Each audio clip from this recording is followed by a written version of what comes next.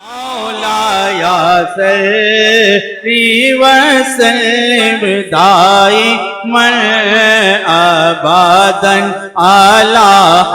حبيبك خير الخلق كلهم نحمده ونصلي ونسلم على رسوله الكريم اما بعد اعوذ باللہ من الشیطان الرجیم بسم اللہ الرحمن الرحیم۔ نبی کریم صلی اللہ تعالیٰ علیہ وسلم کی حیات مبارک میں ایسے بہت سارے معجزات ظاہر ہوئے کہ جن کو سن کر عقلیں حیران ہو جاتی ہیں اور دیکھ کر نگاہیں یقین نہیں کر پاتی کہ انسان کیا دیکھ رہا ہے، اور لیکن یہ حیران وہ لوگ ہوتے ہیں کہ جن کے ایمان میں کمزوری ہوتی ہے۔ ایمان والے بڑی بلند پائیگی کے ساتھ اور بہت ہی اعتماد کے ساتھ حضور کے ہر معجزے پر ایمان رکھتے ہیں۔ تو دوستوں، آج جو حکایت میں آپ کے سامنے بیان کر رہا ہوں یہ ایک جنتر منتر کا واقعہ ہے۔ آپ کو پتہ ہے کہ دور جاہلیت میں عرب ان باتوں پر بڑا یقین رکھتے تھے اور وہ منتر پڑھ کے پھونکا کرتے تھے اور اس پر ان کا بڑا اعتماد تھا۔ تو ایک مشہور شخص جس کا نام تھا زماد، اس کا تعلق قبیلہ وشنود سے تھا، اور کتاب مسلم کے اندر ہی پورا واقعہ موجود ہے، جس کا خلاصہ حکایت کے طور پر میں آپ کو بتا رہا ہوں کہ زماد نامی شخص عرب میں بڑا مشہور تھا، بڑا معروف تھا، اور اس کے بارے میں کہا جاتا تھا کہ اس کے پاس ایسے منتر ہیں کہ بڑے بڑے جنات اس کے منتر سننے کے بعد ایک دم غائب ہو جاتے ہیں۔ تو جب یہ مکے آیا تو لوگوں نے ہمارے نبی صلی اللہ تعالیٰ علیہ وسلم کے بارے میں اس کو کہا کہ ہمارے ہاں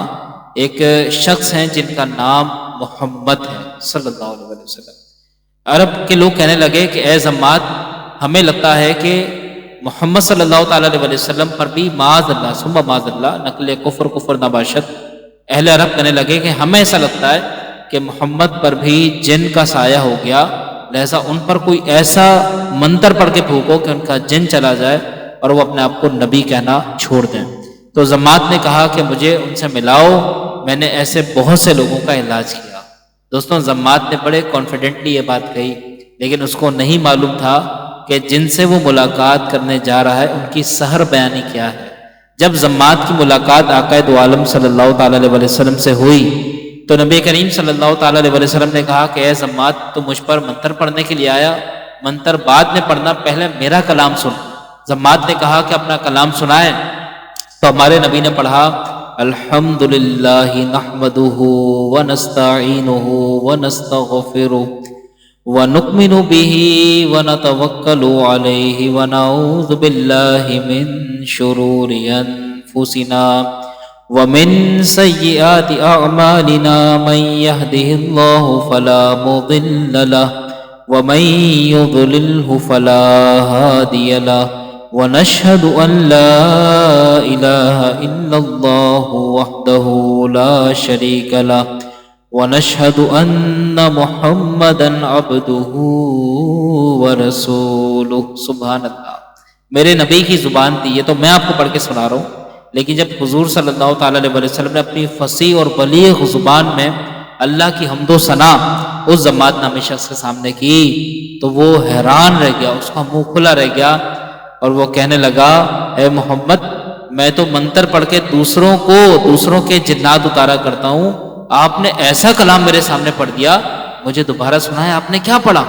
تو اللہ کے نبی سے اس نے دوبارہ سننے کی فرمائش کی۔ ہمارے نبی نے دوبارہ پڑھا تو زماد حضور کے قدموں میں گر گیا اور حضور سے کہنے لگا کہ مجھے آپ اسلام کے دامن میں داخل کر لیں، اور اس کے جو اسٹیٹمنٹس تھے وہ سن لیجئے۔ وہ کہتا ہے کہ خدا کی قسم، میں نے کئی کاہنوں سے، ساحروں سے اور شاعروں سے ملاقات کی، ان کی باتیں سنی، لیکن جو کلام آپ نے پڑھا میں نے زندگی بھر ایسا کلام نہیں سنا۔